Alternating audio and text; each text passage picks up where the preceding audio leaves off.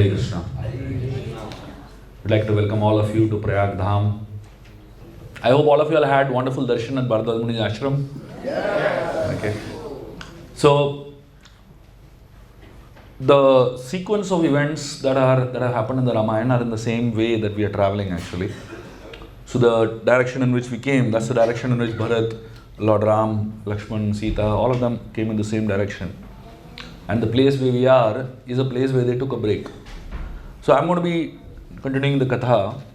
So between here and Chitrakoot, we will see quite a lot of the Prayag Katha also. And some of the fascinating things that happen in Prayag, we will see it while we are between here and there. So, just to get us back to the mood of Ayodhya Kanda, the Ramayana. If you remember, we spoke about, anyone remembers where I ended? Yes. Prabhuji, you ended at the that Ram is going to Kaushalya's palace. Okay. So I ended by talking about how Lord Ram, he rejects the paraphernalia of coronation. The coronation, he just respectfully goes around it. And then from there he goes to the house of Kaushalya. In the house of Kaushalya, there is a preparation going on because for Kaushalya, this is the last meal that Ram is going to eat as her son. Because after this, he's going to be the king. And a king can't just come like that, to have lunch at his house or breakfast at his mother's place. And that doesn't work like that. For the king to travel, it's a protocol, basically. Like we got caught in one protocol today. Our whole Triveni Sangam Snan God went for a toss because the chief minister of the state is coming. So imagine, Kaushalya, if she had to invite Ram to her house for a meal, it would be a massive effort, So this was the last meal that Ram is going to have at her house as a son. And therefore, she has been preparing herself, preparing the most favorite dishes of Lord Ram and creating an atmosphere that will make Ram happy. So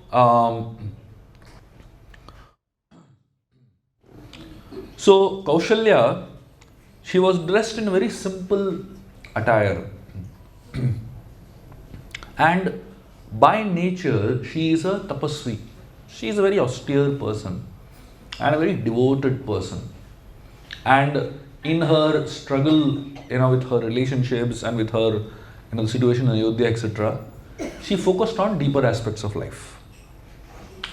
So now, when Ram comes to meet Mother Kaushalya, he is feeling very bad that he has to break the news to her. The moment Ram enters the house, he understands that Kaushalya doesn't know about what happened. And Kaushalya has no idea about what is going to happen. So somebody has to give the bad news. So Ram realized that any leader, at some point during his leadership tenure, has to break hearts. Certain decisions, certain things are done which will break hearts. Can't help it. That's the nature of leadership. That's the nature of the world. So Ram was feeling, how do I break this news to Kaushalya? And then he just spoke his heart. He said, the royal seat is not meant for me anymore. He said, my father has selected me for a special mission. I've come here to seek your blessings. And he said, I am immediately going to a journey to the Dandakaranya forest for the next 14 years. And I'll become a recluse and Bharat will become a king on my behalf. And from today onwards, Ram tells Kaushalya, my meals will be roots and fruits, Kanda Moola. And my drink will be sweet river water and honey. And he said, I know this will shatter the hearts, your heart and Sita's heart. But rest assured, understand, This is for the welfare of everybody. This particular section of the Ramayana is a very important section for many reasons. One of the reasons is here, Ram takes a vow in front of his mother. There are a lot of people who write Ramayana and talk about Ramayana.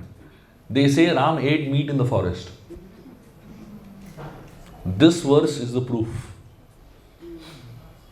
So now, if he has taken a vow like this in front of his mother, you think he's going to go to the forest and break the vow? He's a ekvachani, isn't it? So if anybody tells you that Ram ate meat, if you find in any books, it says Ram ate meat in the forest. This is the defining verse. You show them this verse, his vow, that's it. You don't have to argue only after that. So many people say the word mamsa is used throughout the Ramayana. Many places the word mamsa is used. But the word mamsa means many things. It technically means flesh. But it could be flesh of a vegetable also. Right? It could be flesh of this kandamul also. It has flesh, right? It need not necessarily mean meat only. So Sanskrit words, they mean different things according to the context in which they are used. But this verse is the proof. And once this verse is cited and this example is given, you don't really need to argue at all. Because Ram is ekvachani, takes care of everything else. Of course, there is no other citation in the entire Ramayana which shows Ram ate meat in Ayodhya or while he was a king. That is not there. You will only find him eating meat, the mentions in the forest. And this verse takes care of that. So when Ram spoke those words, Kaushalya's heart breaks. She is in so much agony.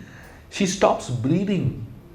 Just like a branch that is cut off, similarly, she dropped to the floor.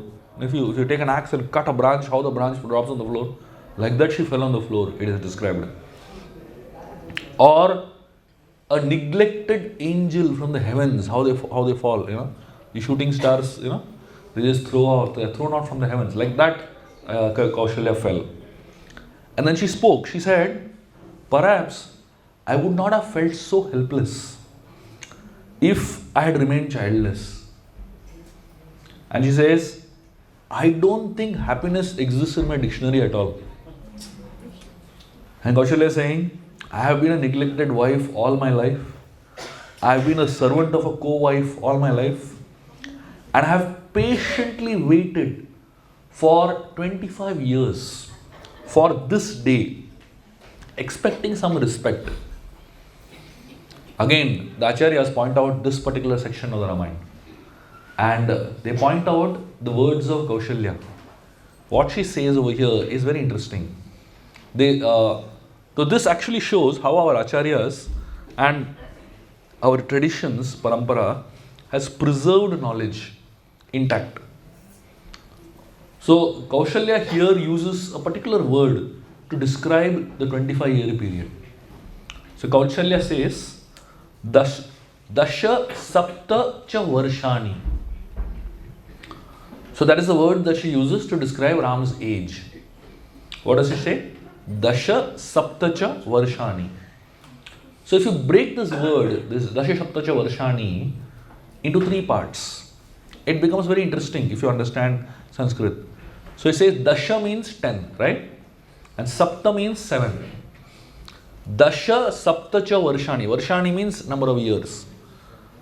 And so a lot of people, when they read this section of the Ramayana and they read this particular verse, they conclude that Ram's age when he was banished was 17. That's what they conclude. But that's not possible. Because Ram got married at the age of 12 and Sita and Ram stayed in Ayodhya till the age of 24. And at this point, when Ram was 25, he gets banished. So now, how do you understand Kaushalya saying Dasha Saptacha Varshani and the calculation of Ram's age as 25? The understanding is very simple. It is said in Sanskrit, any number that is put And if you put a ch at the end of the number, you have to add that number again one more time. So dasha, sapta, cha. So then you add 7 again. So 17 plus 7, that becomes 24. So that's how you get the age of Ram. Now, imagine if this cha was not there. How confusing it would have been, isn't it? Sanskrit is a watertight language. So now, so many people say, what if the original verses are changed? Thousands of years before it was written, what if something has changed? This verse is the proof actually that nothing has changed. Our acharyas have been so careful, they have not even left that cha. They have not even allowed that one cha to disappear from our texts. That's how careful our scriptures are preserved. And the second way in which the scriptures are preserved is in a meter. You remove one letter from the verse, the meter only changes. The entire 24,000 verses of Ramayana are in 1 meter only. Anushtup Chandaha. If 1 meter changes, one word changes, the meter only changes basically.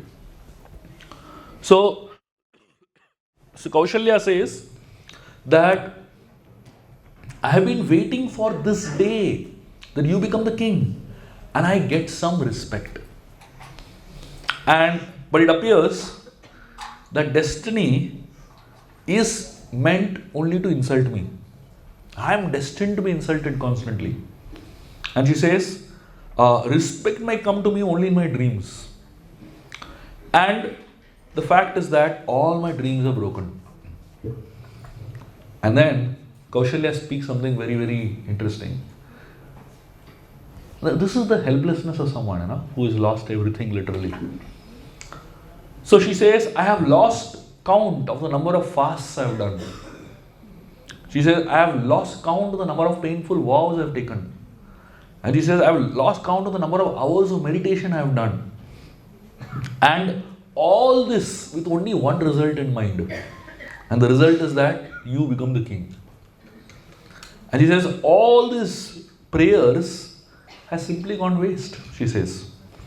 Just like seeds sown in saline soil are useless, similarly, all my austerities are useless.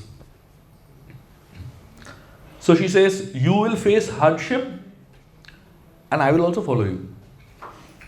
So she says, if you don't disobey your father, then be rest assured that I am going to follow you. And I will also undergo hardships just like you are undergoing.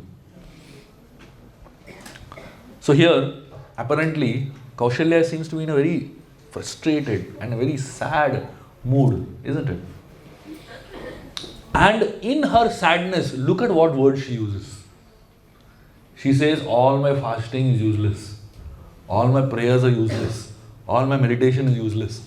All my tapasya is useless. Doesn't it feel familiar to us? Somebody is waiting for a promotion. And after such a long wait, promotion doesn't come. First thing they say is, what is this? I am chanting so much Krishna's name, he doesn't give me what I want also. Maybe the process doesn't work.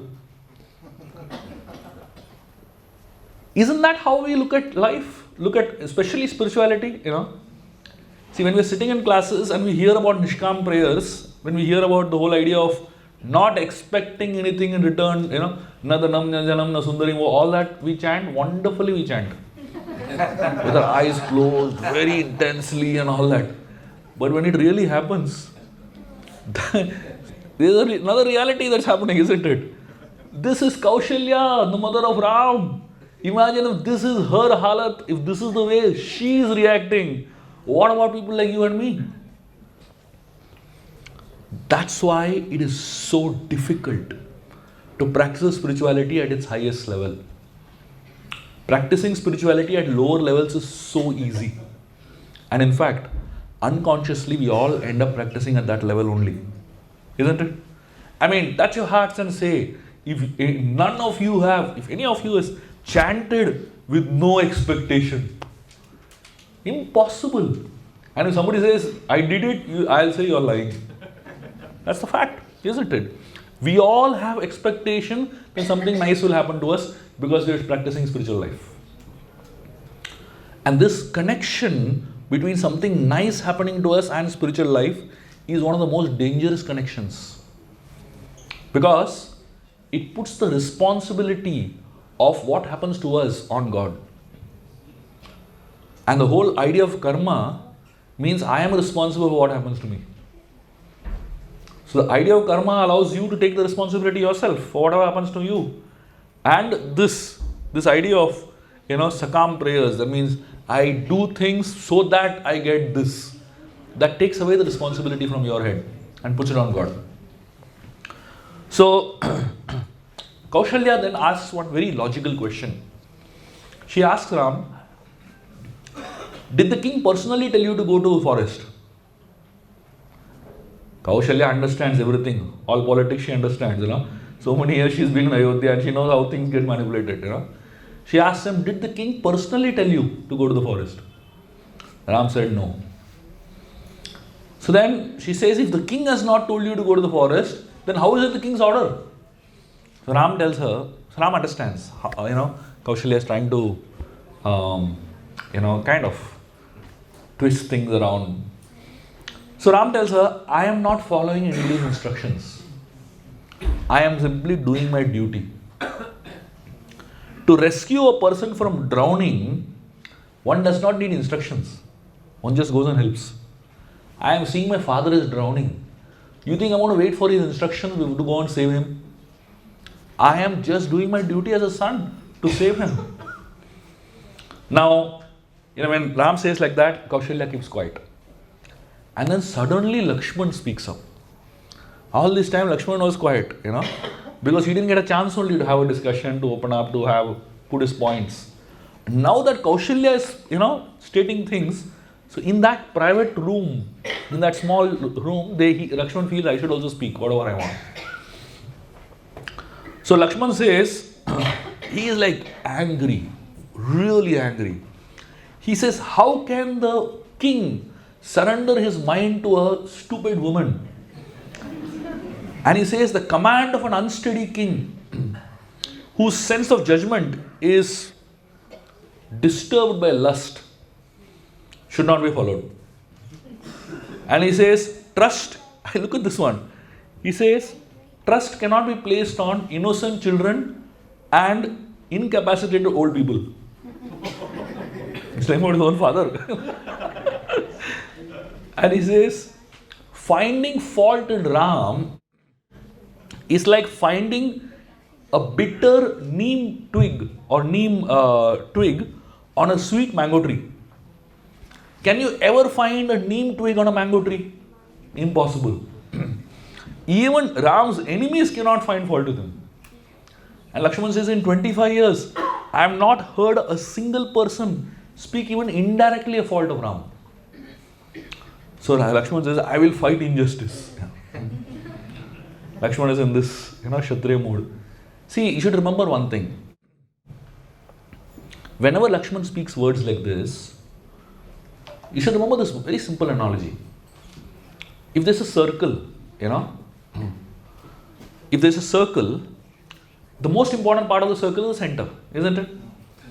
If the center gets disturbed, the whole circle gets disturbed, isn't it? For Lakshman's life, Ram is the center. If something goes wrong with Ram, the entire being of Lakshman gets shaken up. He gets highly disturbed. He is not normal, basically. So when you see Lakshman speaking such words, don't get bewildered. This is simply love of Ram coming out in the form of these words.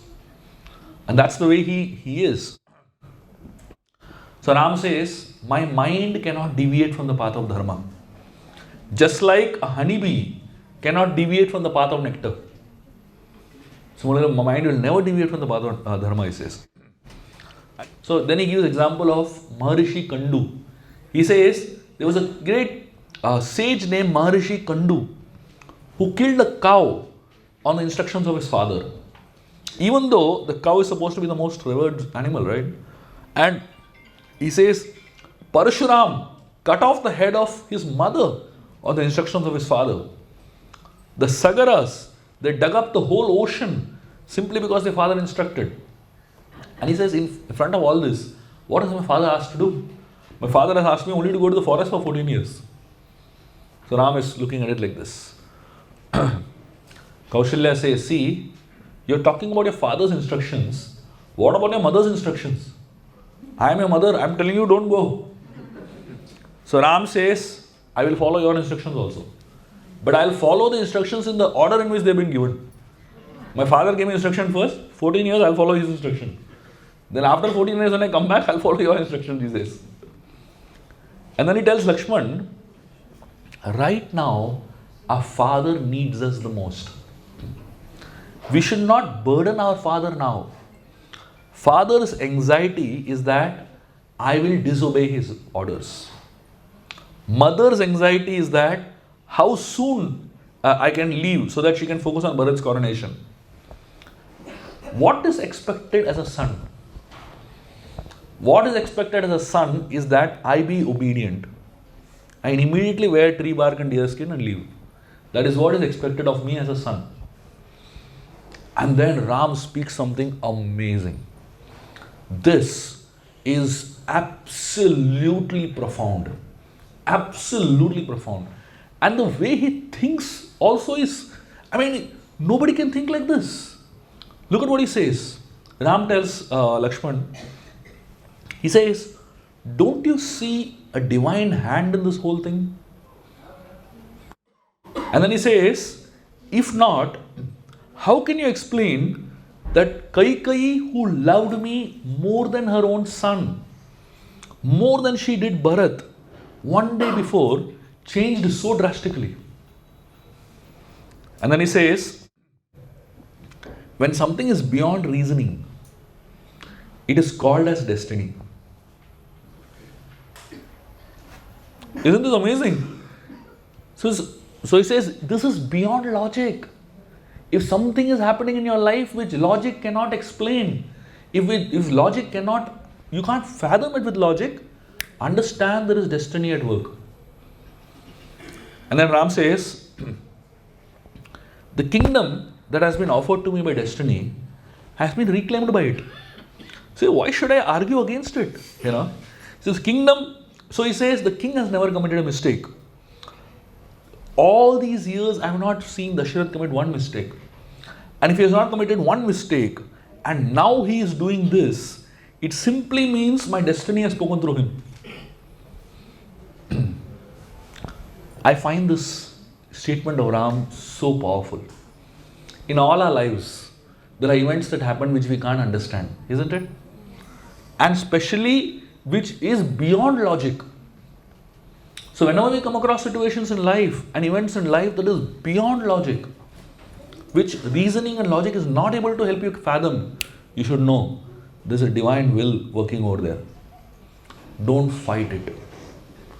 Don't fight it. Learn to embrace it. The problem with us is that when we see it also, we still don't accept it.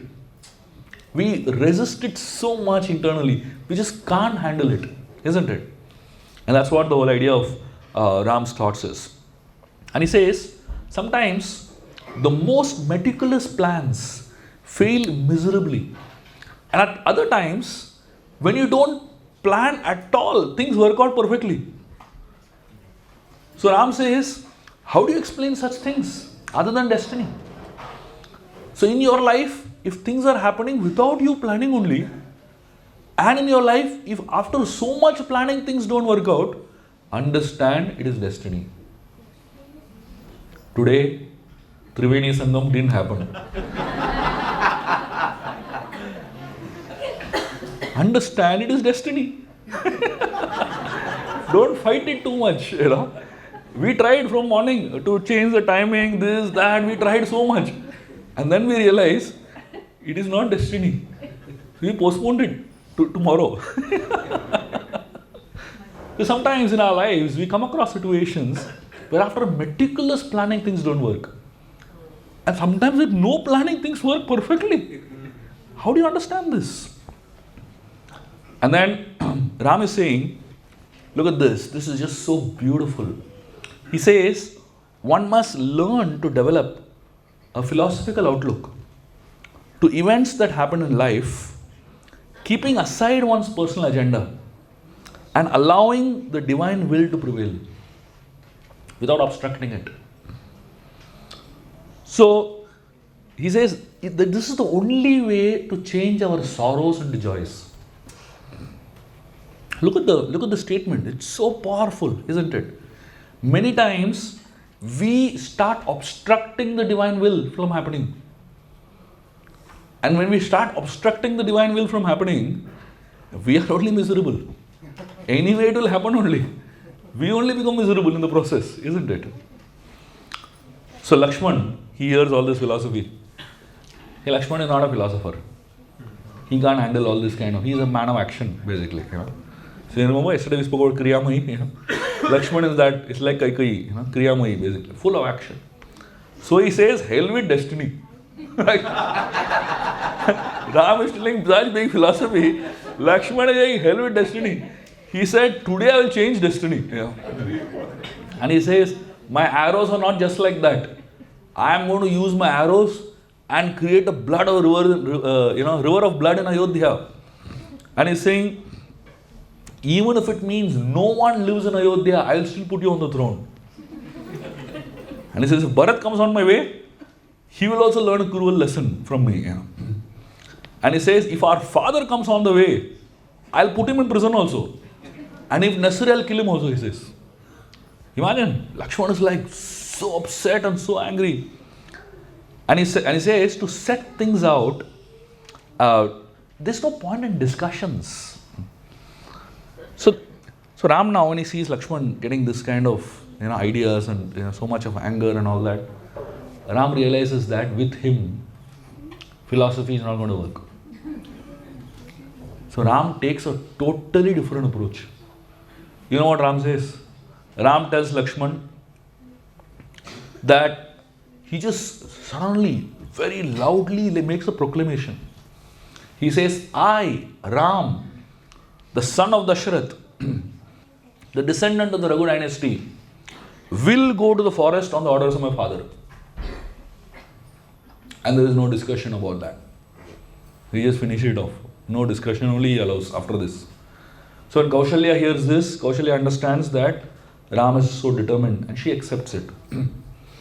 And what she does is she takes grains and throws it over Ram's head as an auspicious invocation. Then she takes an amulet and she ties it around Ram's wrist. And she tells him, this amulet contains a herb called Vishalya Karani. And that herb can painlessly extract an arrow from the body. And she ties the amulet around Ram's wrist and she offers a silent prayer. And then she gives blessings to Lord Ram. And Lord Ram walks out from Kaushalya's house. So Ram, before he walks out, he does something very sweet. So if you see, Ram has been harsh till now, right? He has been heavy. He has been intense. He has been determined. He has been very clear what he wants. And he has hurt her heart, obviously, isn't it? Now Ram does something amazing. He falls on her feet and he cries tears. And the tears of Ram washes the feet of Kaushalya. And then he gets up and leaves from there. So what I find in Ram is, he is a very interesting combination of being determined at the same time being sensitive. So he is determined about what he wants to do, but he is also showing his emotions, his emotional side to Kaushalya, because he knows that she is going to be hurt. So he doesn't speak anything. He just shows by his actions. Wetting the feet of Kaushalya with his tears. And then he gets up and leaves from there.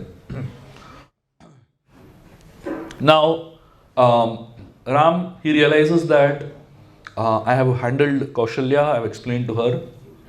Now I need to handle Sita, which is an even more complicated situation, Kaushalya is if you understand these personalities, each of these personalities are different, right?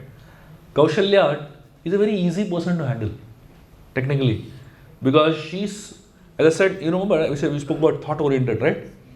So Ram just gave her a higher perspective to think, and she was okay. She got it. She knows how to handle a calamity from a higher perspective. The moment she got a higher perspective, she just calmed down. But Sita is not like that. Sita, for her, all these higher perspectives won't work, because there is a much more intense connection that she has with Ram. So he is worried. Ram is worried. How am I going to convince Sita? So Ram goes to Sita's palace. When Sita saw Ram entering, immediately she was worried because she knew something is wrong. There was no royal umbrella that came. There was no royal whisk that came. And she immediately realized that I need to get into a mood of being a caring person at this point, So Sita becomes very concerned and very compassionate. So she asks Ram, "What's wrong, my lord? Today is supposed to be the day of your coronation. I know," and she says, "I know that you don't get affected by position and power. Tell me what's happening in your mind." So Ram, when Sita speaks like this, he feels very touched. And then he starts talking to Sita. But Ram realizes obviously that, such a bad news, how can you give it in a sensitive way, right? You have to speak it in the harsh way only. There is no option only. So Ram says, ruling a kingdom from a throne is like trying to rule a sea from a boat. Can you rule a sea from the boat? The waves of politics will toss, the whole boat around, isn't it? So Ram says, no matter how intelligent you are and how good you are, in leadership positions, there will be politics. There will be such kind of situations which throw you off the throne without even understanding how it happened. And then he says, in spite of all that, a good leader should not allow the sharks of adharma to eat him up. And then he says, Mother Kaikeyi had redeemed 2 boons that Dasharatha had given her very long back. With one boon, she wanted kingship for Bharat and Ayodhya, and the second boon, she's asked for hardship for me in the forest. And then Ram continued. So he says, when you look at me and you think that I am looking dejected, the dejection that you're looking in my personality is not because I have lost the kingdom, but it is because I have lost your company for 14 years. And he says, I assure you that 14 years will pass like 14 moments and we'll be together again. And he says, after my departure, Bharat will be the king. You have to tolerate the change. More than tolerating the change, you have to learn to start respecting Bharat. Because he is a qualified leader and he is a selfless leader. If you see any lapse on the part of Bharat and Shatrughna, just ignore it. And just consider them to be your sons and your brothers. And then she says, when I'm in the forest, you will get a lot of time for yourself. So he says, that is the time to practice spirituality very seriously. Ram is telling her, And he says, perform deity worship. And most importantly, serve my father and mother diligently. Take care of Mother Kaushalya especially because she will be very alone. And then Ram is trying to explain to her all the duties that she is supposed to perform and all the rituals that she is supposed to perform, how she should keep herself occupied and all that. Sita starts laughing. Just starts laughing suddenly, And Ram is like giving serious instructions over here and Sita starts laughing.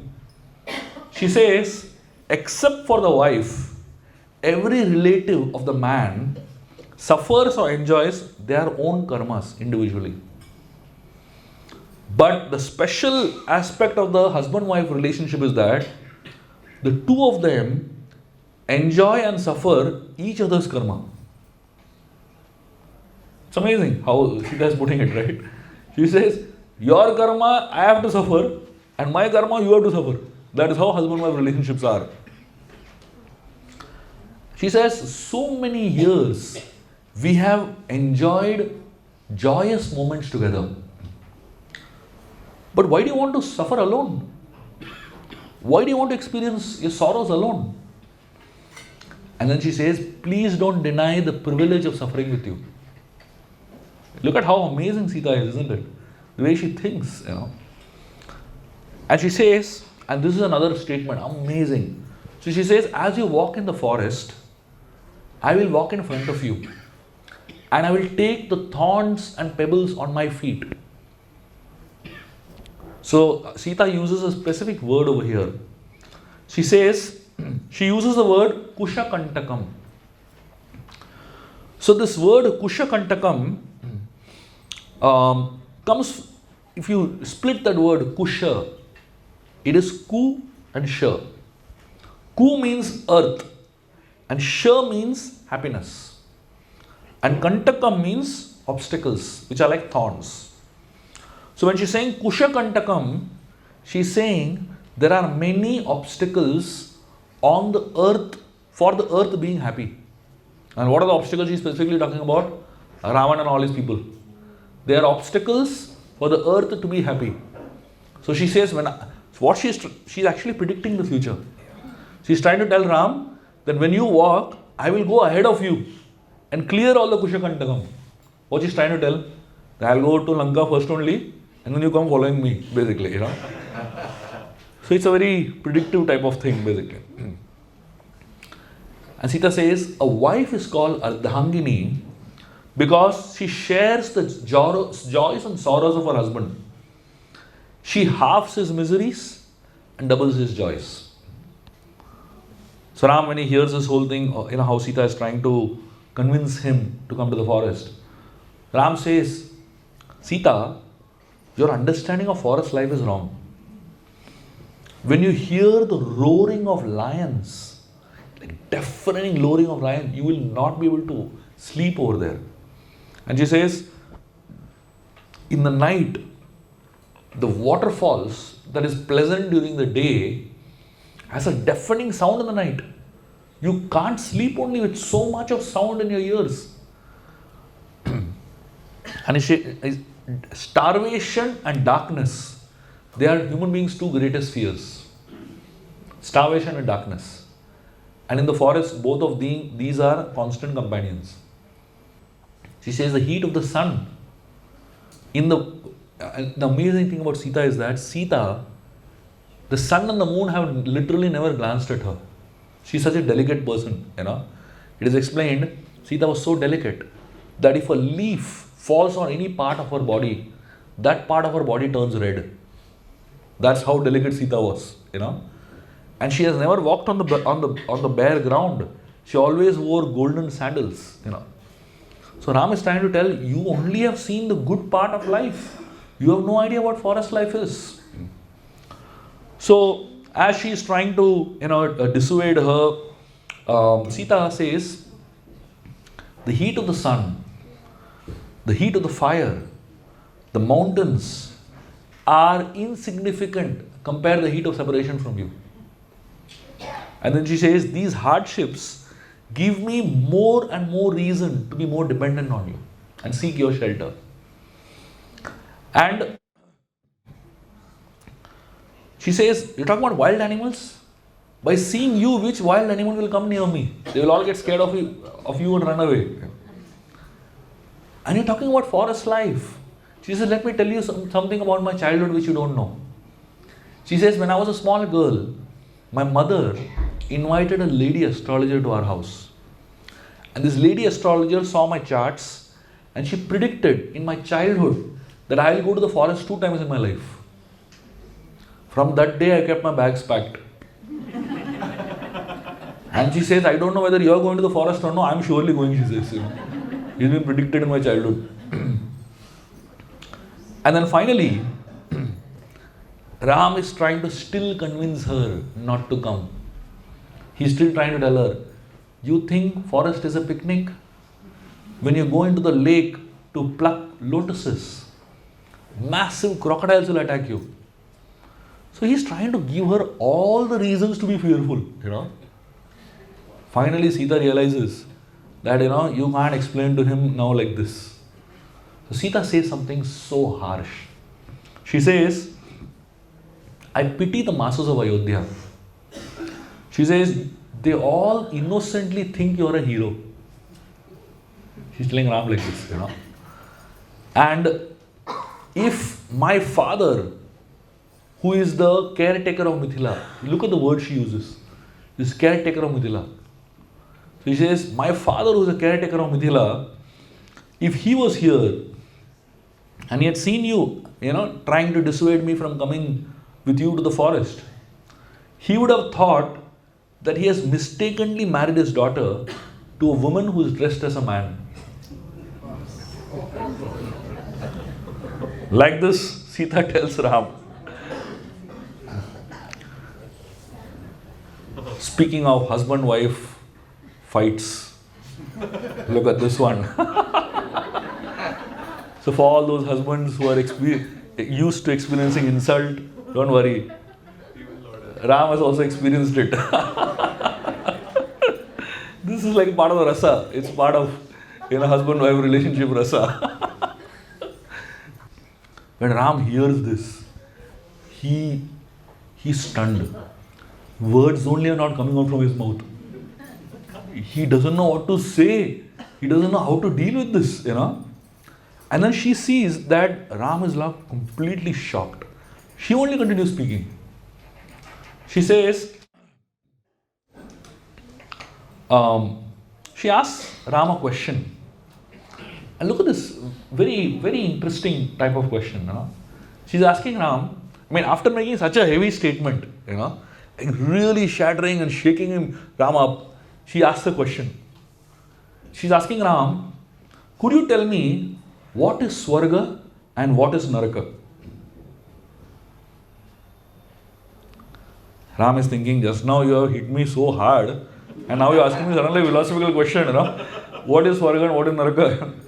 So Ram, he doesn't even answer. He's not able to answer because he's just so shell-shocked over there. And then Sita herself starts answering.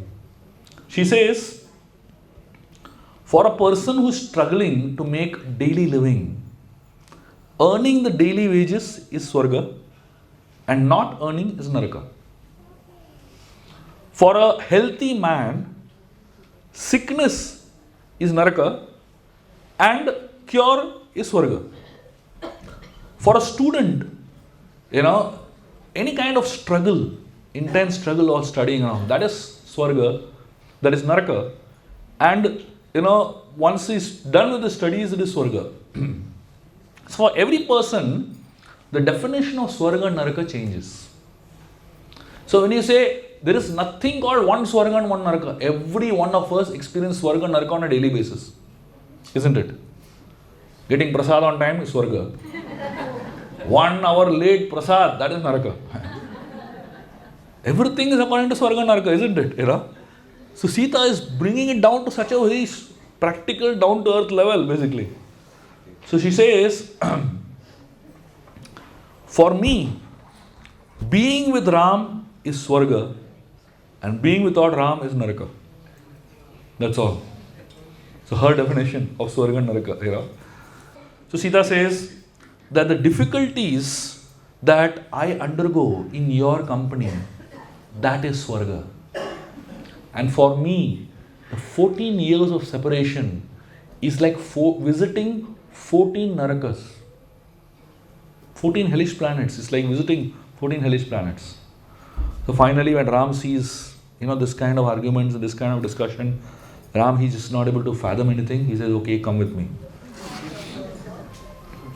So now, Ram makes one feeble statement. He says, from your perspective, the wife's role is to share the joys and sorrows of her husband. But from my perspective, if you ask me why I'm telling you not to come, because I care for you.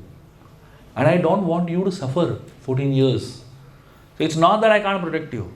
It's just that I know that there will be tremendous amount of suffering over there, and I don't want you to go through that. So like that Ram says. So now Sita at this point in time, she is a little sad. Why is she sad? Because she's just hurt Ram so badly. See, whenever you hurt somebody, whenever you insult somebody, you can never be happy. It is not possible only. No human being can be happy by insulting somebody else. But sometimes certain things are needed to shake up a person. Certain words are needed to shake up a person. And when you speak those words, obviously it still hurts. But it simply means that when you understand that you hurt someone, you should also understand it is your responsibility to undo the hurt. So Sita decided, I have 14 long years to take care of the hurt that I have given him. And she makes a resolve in her heart that the next 14 years, I will make sure every single day, there will not be a single day when you will repent this decision. So like this, Sita makes a resolve from within. The Sita has many roles to play in the Ramayana. On one level, she is Shri Tattva. She plays the role of an eternal consort of the Lord. On the second level, she is Jiva Tattva. She plays the role of a human being, a living entity. On a third level, it's called Madhyartha Tattva. She plays the role of a guru. So as Lord Ram's eternal companion, she is called Shri Tattva. Means she cannot be separated from the Lord. Just like the sun cannot be separated from the sunshine, Sita cannot be separated from Ram. As a living entity or a Jiva Tattva, she teaches a living entity how to behave at the very thought of separation from God. If somebody tells you, you have to stop chanting, how will you deal with it? Like say for example, in Russia, when the KGB rule was so intense and the devotees were not allowed to chant, they were really intensely undergoing separation. They were so disturbed. That's ideally a jiva who is not allowed to connect with the Lord. So that's what was happening to Sita over here at the jiva tattva level. She's just feeling that how can I live in a separation from my Lord. And at the guru level, Sita is showing the primary responsibility of a guru is to correct the mistakes of the disciples. So in one episode, Sita is playing all three roles. The first role, as a wife, as a consort of Ram, she can never be separated from Ram. As a living entity, the living entity, when it's separated from God, it undergoes a lot of tribulations, a lot of pain. And as a guru, Sita is showing how to correct the disciple. And when a guru corrects the disciple, it's the word guru. You know what's the meaning of the word guru? The word guru means heavy. That's the meaning of the word guru. Heavy. Heavy not in terms of weight, Heavy in terms of, there's a gravity. There's a certain amount of gravity in connection to the spiritual master. The problem today is that we can't handle that. We expect spiritual masters to joke with us, to be light with us, to have fun with us, to not give us heavy instructions, not to give us feedbacks, because we get hurt very easily. If spiritual master gives us feedback, we will only run away. So nowadays, spiritual master has to be careful. If I give too much feedback, this will run away. So the spiritual master has to reduce the level of feedback, So Sita played all these three roles. So now, when Sita decided that, in the next 14 years, I'm going to try my best to serve Ram. Then, Ram embraced Lakshman, telling him, like he was kind of indicating that this is the last embrace. Lakshman tells Ram, why did you change your mind? You had initially told me, you had initially agreed to take me along with you. And she says, I cannot live with you, without you, Ram, he says. Ram is confused. Ram tells Lakshman, when did I tell you that you can come with me? We never even spoke. Literally, like there was no discussion only between the two of them. You know? Lakshman says, you may not have told me directly, but your words indirectly and subtly indicated that you want me to come with you. So Ram is like, amazed. Where this, like analyzing like that.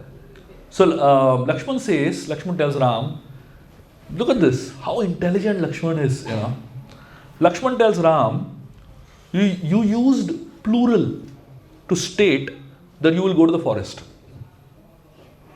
Like say, you can say in Hindi you can say, मैं जा रहा हूँ, or you can say हम जा रहे. So Lakshman says, you used plural to when you were saying that I am going to the forest. And especially you used plural when talking to our mother. In front of a superior person, in front of an elder, you are so humble, you would never use plural tense to describe you. Hum, He will not say like that. It's a little arrogant type of thing, right? So, in front of your mother, your humility would never allow you to use that kind of plural tense. Which means, we indicates that you are not alone. And then he says, in fact, you did not even use dvivachani. Dvivachani means he is referring to two people. So Lakshman says you use bahuvachani. That means you are referring to more than two people. So just now you said Sita can come. That means definitely you are indicating a third person. That means definitely you wanted me to come only, So like that Lakshman is saying, And then he says, when you were conversing with Sita and you were explaining to her how she should treat her family members, how she should treat everyone in her absence, in your absence. You told about Bharat, you told about Kaushalya, you told about Kaikeyi and Dasharath and all that. But you never told about me only.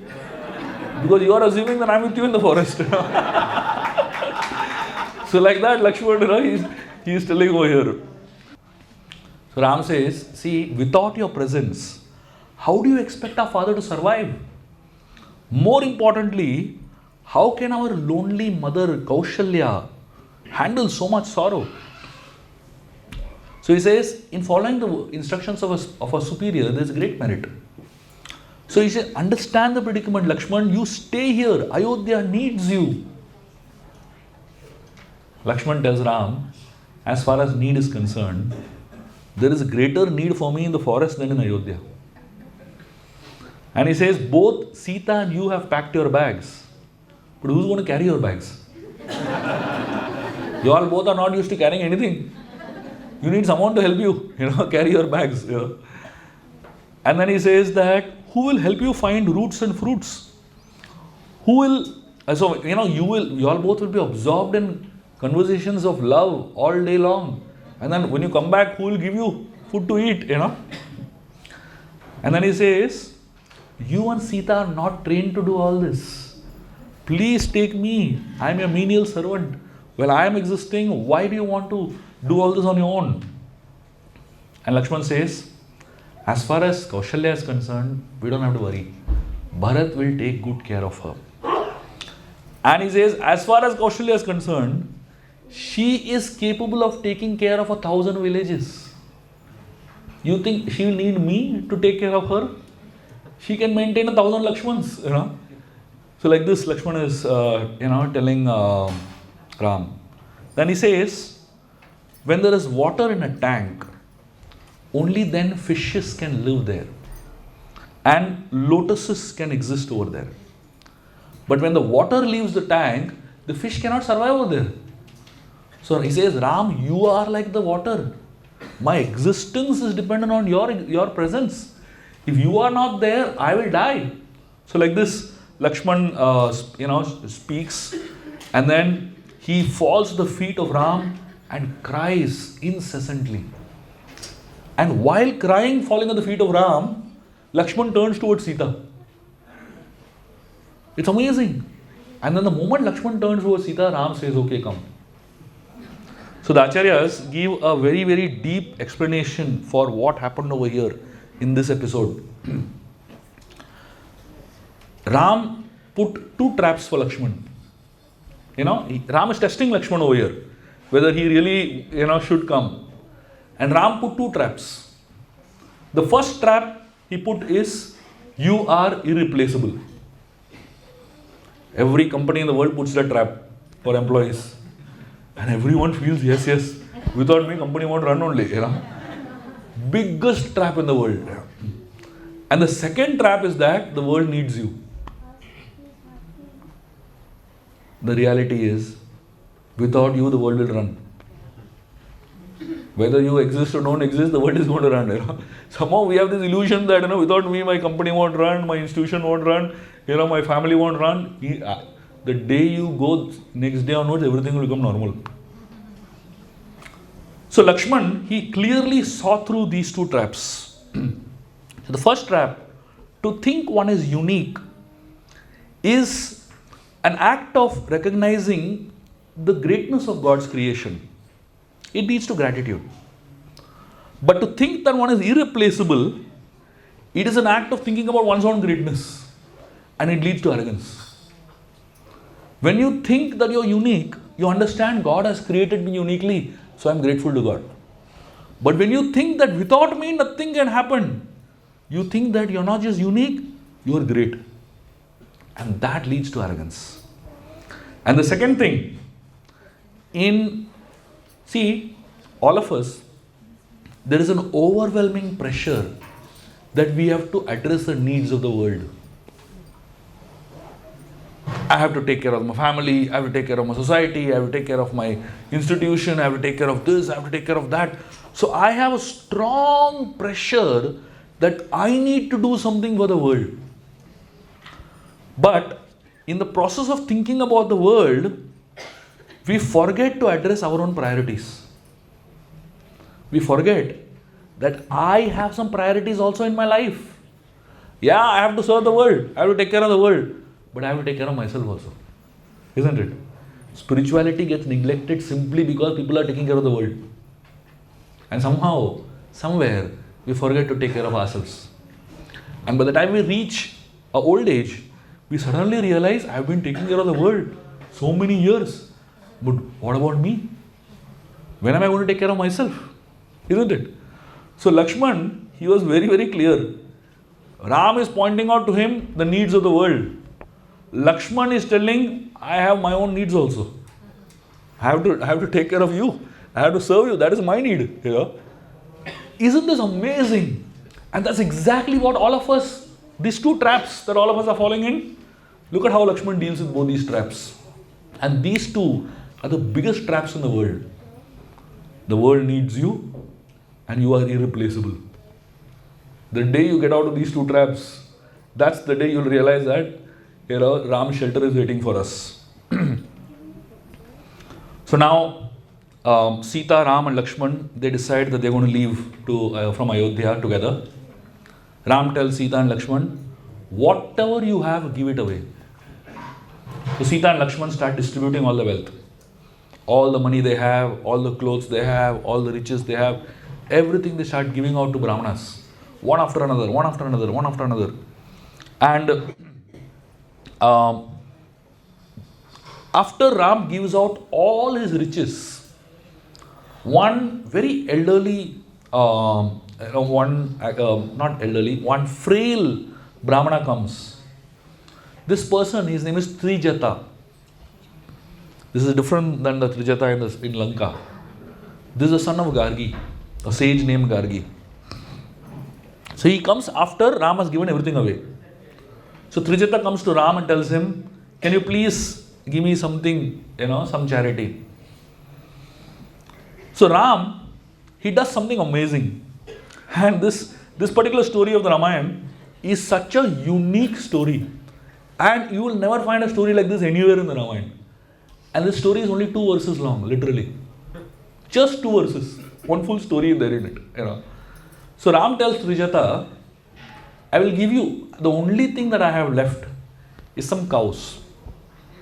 And these cows are in a field outside. So Ram gives Trijata a stick. They are inside the palace. And the cows are in the field very far away from the palace. And this Trijata, the sage, is a very thin fellow, very, very emaciated type of person. Ram gives him a stick and tells him, you throw this stick from here only. And wherever the stick falls, that many cows you can take. Now if Trijata technically throws a stick, it will fall in the house only. No chance it will fall, beyond the cows. No chance only. Now Trijata is thinking, how will I throw so far, So he realizes that I have no option, but I have to do it because Ram is telling me to do it. He takes the stick, he rotates it at full pace, like that, and he throws it. The amazing thing is that the stick flies so far, crosses the whole palace, goes out of the window, crosses all the fields, hundreds of cows it crosses, and then it falls next to one bull. Literally the whole herd of cows Trijata gets. And then Ram, he offers all those cows and bulls to Trijata. And then he says, sorry, I tested you. Now the story of the Ramayana is just amazing. Because you can learn 4 very important principles of life from the story of Trijata. And Ram, through the story, is trying to teach us these 4 very important principles of life. The first thing that Ram is trying to teach us is, who is strong and who is weak is not a matter of external analysis, but it's about internal strength. Trijata externally was weak, but spiritually was very strong. The second thing that you can learn from the story is, one should first deserve and then desire. So, nothing in this world should be given free, because people don't value it. Ram made him work. He made him do some work, to get his share. Third thing is, when human action is combined with God's grace, impossible things can happen. Trijata apparently did some action, but because the grace of Ram was on him, he did something superhuman. Not possible only for a thin guy like him to throw it so far away. But his effort and the grace of the Lord together made him do something impossible.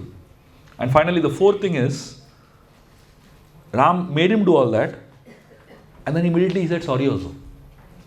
Which means that it is important to ask forgiveness when you do something that is beyond maryada, beyond your limitations, basically. So Ram initially thought that, so what was the fault in Ram's thought process? Ram was thinking, I am thinking the reason I tested him because I thought I am wealthy, he is poor. I am young, he is old. I am strong, he is weak. And he said, such thought is not good. So he said, please forgive me for that thought. What an amazing thing, isn't it? What a beautiful story and what a beautiful way Ram is putting the whole thing. So now Sita, Ram, Lakshman had given away everything they had. And then they go to the palace of Dasharath Maharaj.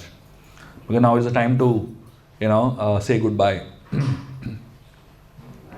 So in the meanwhile, while Ram, Lakshman and Sita were coming to the palace together, they were not going on a chariot. They were walking now, In the meanwhile, Kaushalya went to Dasharath's palace. Because she wanted to talk to him, ask him why he is doing like this. She feared Kaikeyi, but she had some hope on Dasharath's goodness. So when she entered into the room, she saw Dasharath lying lifelessly on the ground. She began to cry. And at that time exactly, Vashishta also comes into the room. And Vashishta starts talking to Kaikeyi and tells her, give up your desire. Too many people in Ayodhya will die if you have such a desire. Kaikeyi tells, if the king's promise is broken, I will die that instant only. Vashishta tells, The ghost of desire is haunting you. And the proof that there's a ghost of desire in you is that you're ready to step on the dead body of your husband. And you are ready to do anything to put your son on the throne. She says, what is the use of a throne which causes the death of your husband? Dasharath, he becomes furious. Like all this while, Dasharath was alone. Now his guru has come. Suddenly Dasharath gets bold, All this while he didn't say anything to Kaikeyi much, Now he becomes a little bold. He tells Kaikeyi, you are a venomous vampire. You are slowly sucking the life out of me, he says. And he says, you are using the string, with which I married you, and you're using that to strangle me, he says. And he says, in presence of my spiritual master, I declare today that you are no more my wife. And he says, I reject your son also if he decides to follow you. He will no longer have the rights to even cremate me. Like this Dasharath says. So Vashishta, he went out, declared in the coronation area that the coronation is not going to happen. And everybody starts crying over there in Ayodhya. In that whole city of Ayodhya, there is only one person smiling. And that is Manthara. Manthara is very, very happy, that everything has gone as per her wish. People like Manthara are people who don't understand what family is about. They don't understand about responsibilities. They don't understand about people being dependent on them. Manthara lived a life that was very selfish. She never had anybody that she had to take care of like that. And the result of that is this kind of mindset. So Ram, Lakshmana and Sita walk towards the palace of Dasharath Maharaj. And Ram comes to Dasharath Maharaj. And the moment Ram comes in, Dasharath calls all his wives. So the 3 prominent wives are there. And all the 350 other wives, they are all there in that room. And Ram tells Dasharath Maharaj that he is leaving along with Sita and Lakshman. So Dasharath, look at what he tells Ram. He tells Ram, Ram, imprison me and rule Ayodhya. He is not telling rule Ayodhya. He is telling imprison me and rule Ayodhya. So he doesn't want to do wrong, but he wants Ram to do wrong. Interesting, isn't it? So what basically Dasharath is saying is that you break rules, I won't break rules. He wants to be a good man. See, we are all like Dasharath, right? We don't want to be a bad boy. We don't want to be, looked in a bad light. We don't mind others taking the responsibility, and I will always be looking good. This whole idea of looking good is the most dangerous idea in the world. We all want to look good in front of others, but we don't want to be good. There's a big difference between looking good and being good. Dasharath was only interested in looking good. He was not interested in being good. You know what is the meaning of looking good? Looking good essentially means that in front of the eyes of other people, I look good. But inside my heart, what is going on? Nobody can see. Isn't it? So it's a very decorative way of talking. So Ram immediately understands. Ram is very smart. He immediately understands. He says, Father, for the sake of my comforts, don't allow unrighteousness to prevail in your pure life. Look at Ram is now also he is looking Dasharath as a pure person, basically. He is telling these 14 years are simply a long walk for me. I'll just go for a long walk and come back in 14 years. And he says, I'll come back and then for the rest of my life I'll serve your lotus feet. He's telling Dasharath Maharaj. Kaikeyi, this is such an overwhelming and emotional moment between the father and son, right? Kaikeyi shamelessly speaks in between this. He tells Dasharath, let Ram go. Don't waste time on these useless sentiments. Kaikeyi is telling Dasharath Maharaj. Dasharath, when he hears Kaikeyi say this, he tells Ram, go to the forest. Your welfare is in the forest only. Ayodhya is gone. Ayodhya is useless now. He says, better you go away from Ayodhya. This place is going to become deteriorated. Your mind is virtuous and your decisions cannot be reversed by anybody. Just leave Ayodhya. And I pray that all auspiciousness descends on you.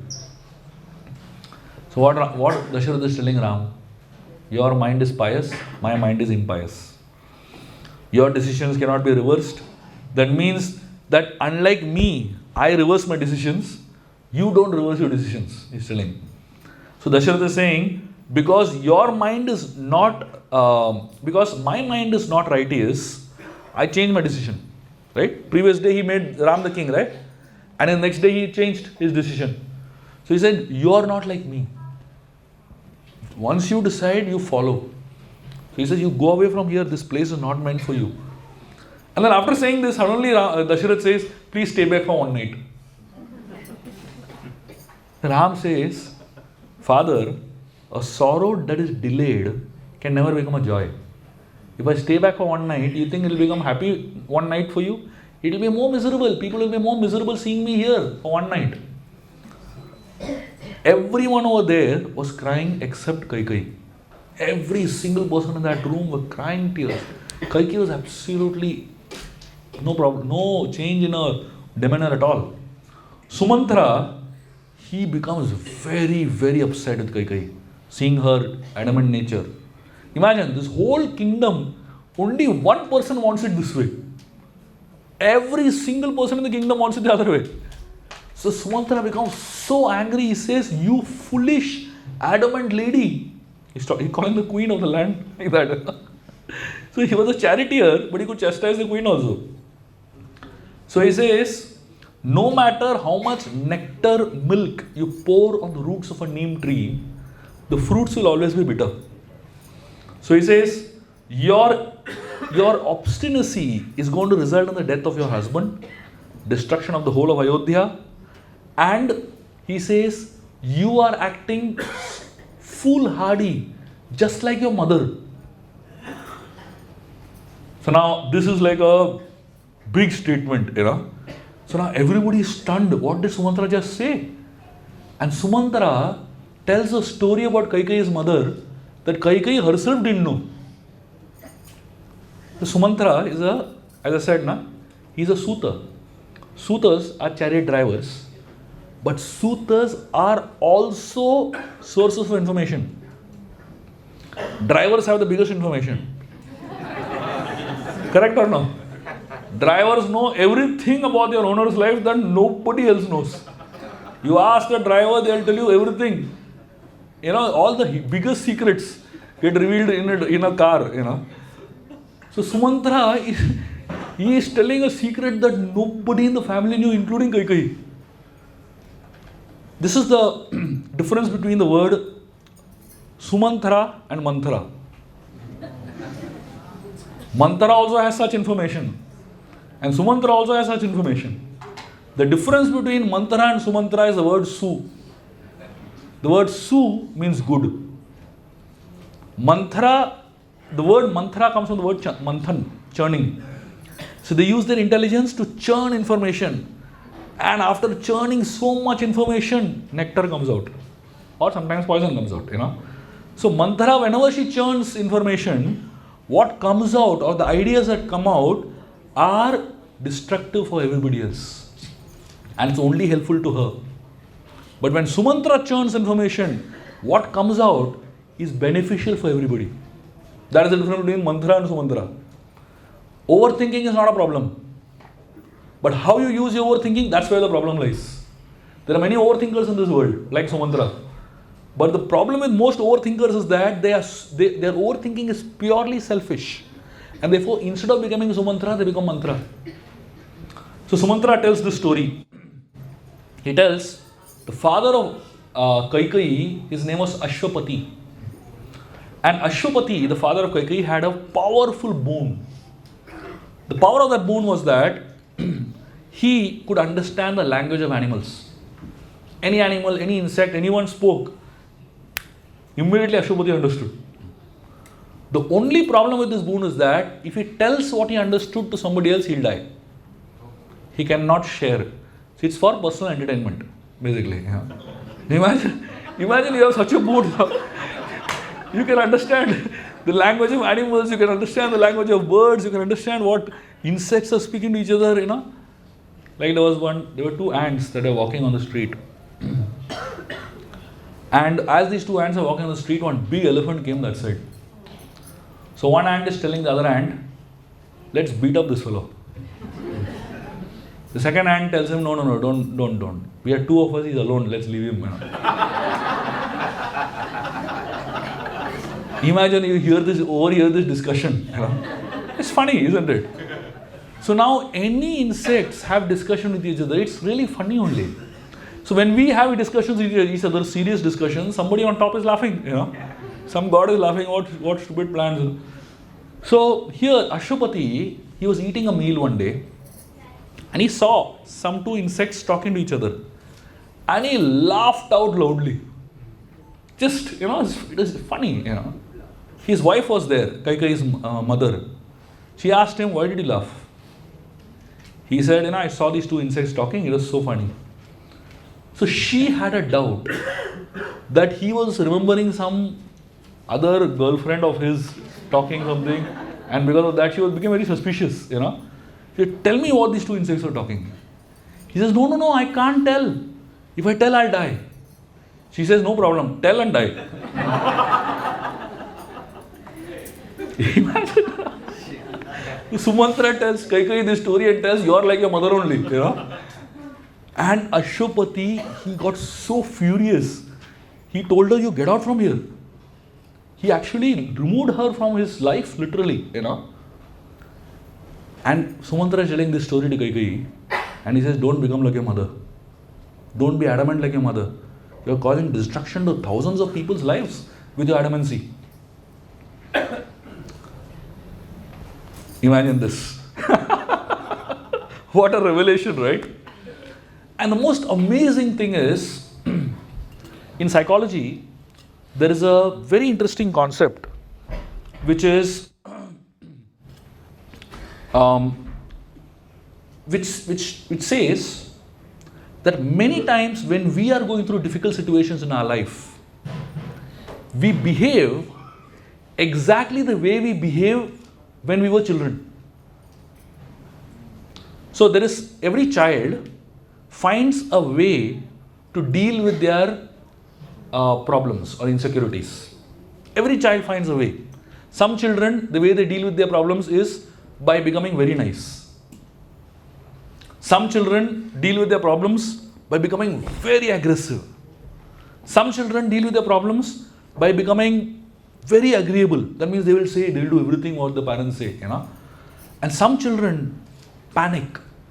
They deal with their problems by just too much panic. So every child has a different way or unique way of dealing with their calamities in life. Whatever small, big calamities. And those patterns get set over a lifetime. And when you are an adult, when you go through a calamity in your life, you behave exactly the way you behave when you were a child. And the most amazing thing is that those children whose parents have given them a lot of love and affection, who have given them a lot of security, a lot of stability, a lot of comfort, a lot of confidence, those children, they deal with their calamities also in a very good way. And those children who have not had parents who help them in this way, they behave very badly in dealing with calamities in life.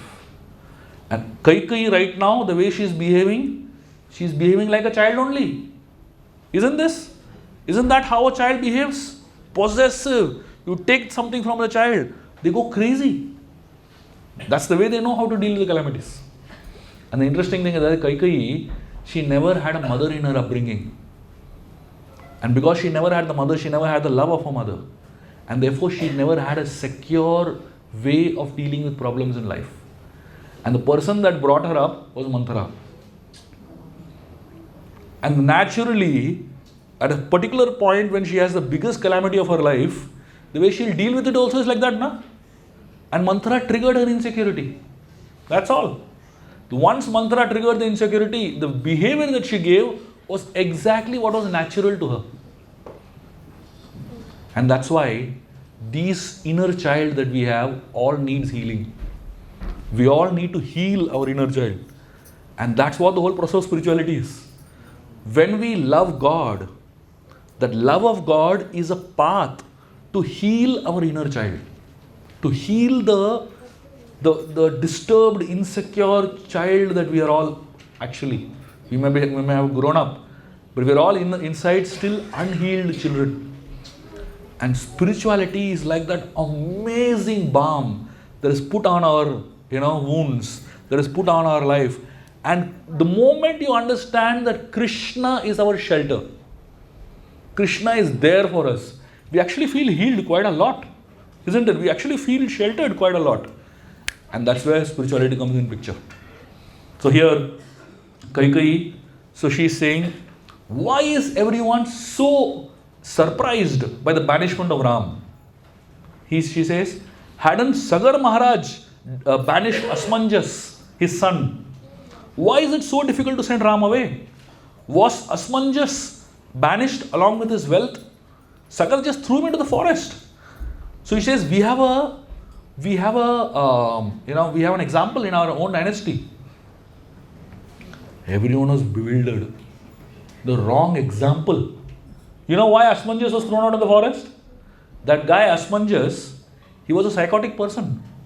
He used to kill small children, drowning them in the water. So Sagar Maharaj, when he came to know repeatedly so many incidences of small children being drowned by Asmanjas into the forest, he said, this person can't live over here. He threw him into the forest. Now, Kaikeyi is giving that example here. She is comparing Asmanjas to Ram. What a comparison, isn't it? There is no connection only between the two. And then finally, Ram stood up. He is completely unaffected by all the commotion that is happening here. And he says, when a person has given away his elephant, only a fool will be attached to the chain. He says, I've given away the elephant. All my wealth is gone. I don't want to be attached to any chain over here. And he says, after giving up the royal throne, what is the meaning of hankering royal attendants, royal clothes, and royal food? So he says, as far as wants are concerned, wants are like a sieve. Sieve is like the jali, right, where you filter out things. Says, wants, can a sieve ever be filled with water? Similarly, the mind can never be fulfilled no matter how much you give the mind. So he says, right now, I don't want anything. I only want a crowbar, a spade, a basket, and garments made up of tree bark. Kaikeyi said, everything is ready. She already organized everything. She immediately she brings it, and Ram starts wearing the tree bark, on his body. And as Ram starts wearing the tree bark on his body, Dasharath sees that Lakshman and Sita are also trying to wear. And Sita is not able to wear it only. And she's like, it's such a delicate person she is. Tree bark is coarse material, And as she was trying to wear, Kaikeyi comes and just pushes it on her. Very forcibly he pushes it. And Dasharath gets angry. He said, she does not have to wear it. And he says, give her ornaments, give her clothes to carry. So Dasharath makes one exception, that Sita does not have to wear tree bark and deer skin. So Lakshman and Ram, they wear tree bark, deer skin. Dasharath tells Sita, you can carry your jewels also with you, you can carry your clothes also with you. That is the only thing Dasharath actually raises his voice for in the entire episode. The most useless thing he opens his mouth for. So then Kaushalya, she congratulates Sita for accompanying Ram, and she starts giving some instructions how to take care of her husband. And Sita tells her, my mother has taught me very well. Sita knows how to speak. And she is like very straight and straightforward. You try to fool around with her, she is not a person who is going to keep quiet. Straight away she speaks, basically. Ram offers respects to all the mothers, And after offering respects to everyone, the three of them, um, Ram, Lakshman, and Sita, they move out of the palace. Dasharath Maharaj comes running from inside, and behind Dasharath is the 353 queens. They're all coming back. Ram, Lakshman, and Sita get into the chariot, and after getting into the chariot, Ram, Lakshman, and Sita, Sumantra also climbs on the chariot, and Sumantra starts driving. Dasharath, very, very loudly, he shouts out. He says, Sumantra, stop the chariot. And imagine the scene over there. It's a massive chaos. All around there are hundreds and thousands of people. Everyone is crying tears here. And Dasharath and his 353 wives are running behind the chariot. And the chariot is moving. And the entire commotion, Dasharath shouts out saying, Sumantra, stop the chariot. Ram tells Sumantra, drive. Now Sumantra is confused. The king is telling stop and Ram is telling drive. And then Ram himself gives a solution. He tells Sumantra, after you come back, if Dasharath asks you why you didn't stop, just tell I didn't hear. Too much sound was going on. Ram is telling a lie? Or rather he's telling him to tell a lie. So this is a very interesting episode because in the Ramayana, the definition of truth also is given. That truth, or rather that lie, that reduces pain of others is better than a truth that causes more pain. Ram is lying here. Ram is telling Sumantra to lie because he knows that the more they are there, the more the pain of Dasharath is going to get elongated. The more the pain of Dasharath is going to spread. And Ram and Sumantra and Lakshman and Sita, they move. The chariot moves very fast. And Dasharath Maharaj collapses over there. And Kaikeyi comes to hold him because he just collapses right on the street. Kaikeyi comes to hold him. And Dasharath hits her hand. He says, you have lost the right to even touch me. And now Dasharath goes to the house of Kaushalya. So here we find Ram, Lakshman and Sita. They are moving towards the gates of Ayodhya. The entire Ayodhya is following them. No one wants them to leave. But Ram, Lakshman and Sita, they are very determined that they want to leave. Those hundreds of people are standing on the streets and every single person is crying. The Acharyas give an amazing explanation, amazing analogy. They say that Ram is like Matsya Avatar. Matsya, Matsya Avatar came to save the sages, right? Save all the people from delusion, from the devastation water, the ocean of devastation. But Ram is Matsya only, same Matsya has come as Ram. But this time, instead of saving them, he is on the boat. The chariot is like the boat. And all the tears of the thousands of people over there are like salty water of the ocean. So there's a massive ocean over there. Everybody is crying. But Ram is on the boat. Instead of saving them, he is sitting on the boat and he is going alone. And there's a very beautiful analogy that is to describe this. It says, Ayodhya at that point in time seemed like a crematorium where everyone was crying. And there was one person that was burning the funeral pyre, and that was Kaikeyi. She was burning the funeral pyre, and the whole city of Ayodhya was burning, and everyone is in the crematorium crying, incessantly crying. And all the people that were standing over there, they were not allowing the chariot to move. There were thousands of them. And each one of them kept looking at Ram with so much expectation. They felt that he might listen to them, see their pain and might reconsider. But Ram, instead of reconsidering, he starts giving them a lecture. He tells them, I am going from here and I can see all of you love me. But your love for me will be determined by how you are obedient to Bharat. And then Ram starts glorifying Bharat like anything, all his good qualities. And the most amazing thing is, the more Ram is glorifying Bharat, the more the people are falling in love with Ram only.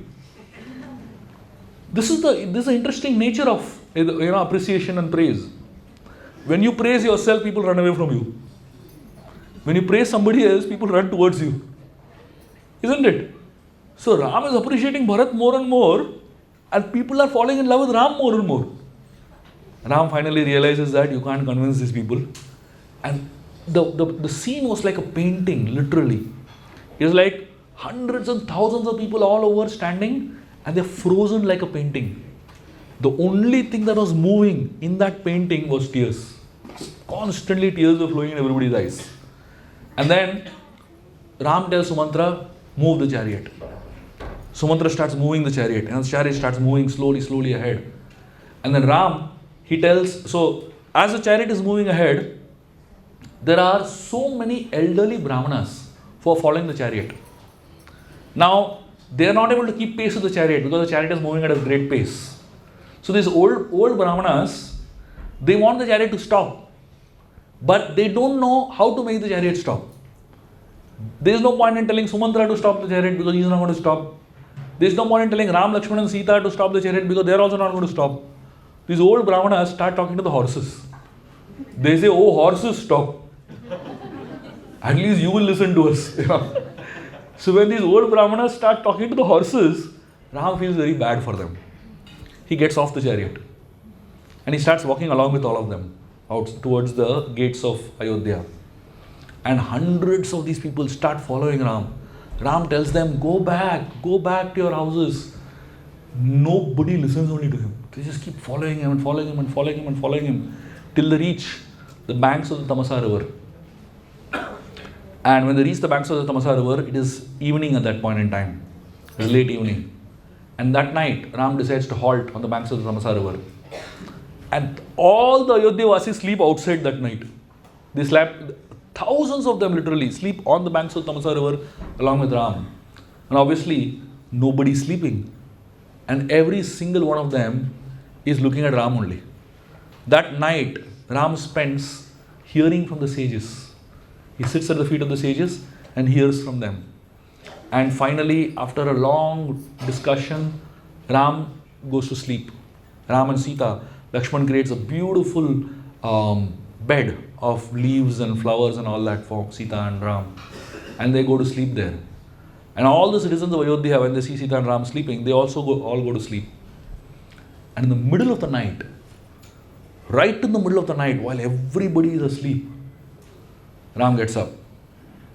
And Ram tells Lakshman and Sumantra, take the chariot, we leave. Right in the middle of the night, they leave, all these people.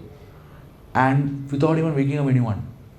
And then Ram tells Sumantra something amazing. He tells Sumantra, drive the chariot in such a way that it appears that the chariot has gone back into Ayodhya. So Sumantra drives the chariot in such a way that it appears the chariot has gone back to Ayodhya, but actually they have crossed the river and gone the other side.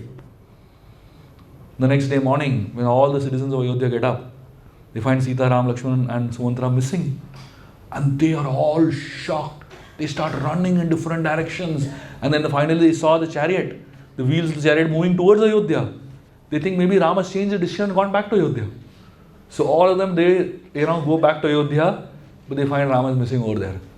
And that is how the citizens of Ayodhya realize that Ram has cheated them. Prabhupada in his purport in one of those, that Dhritarashtra and Gandhari quit home, in one of the purports, Prabhupada says, great people cheat for a great cause.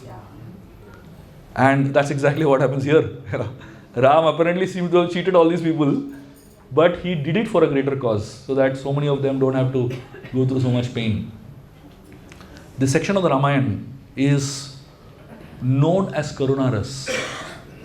When you hear this section of the Ramayana, and if you don't have tears in your eyes, then means your heart is made up of stone. This section of the Ramayana is so powerful and so surcharged with emotions. Imagine the pain of Dasharath Maharaj, imagine the pain of all the citizens of Ayodhya, imagine the pain of all the people that are following Ram.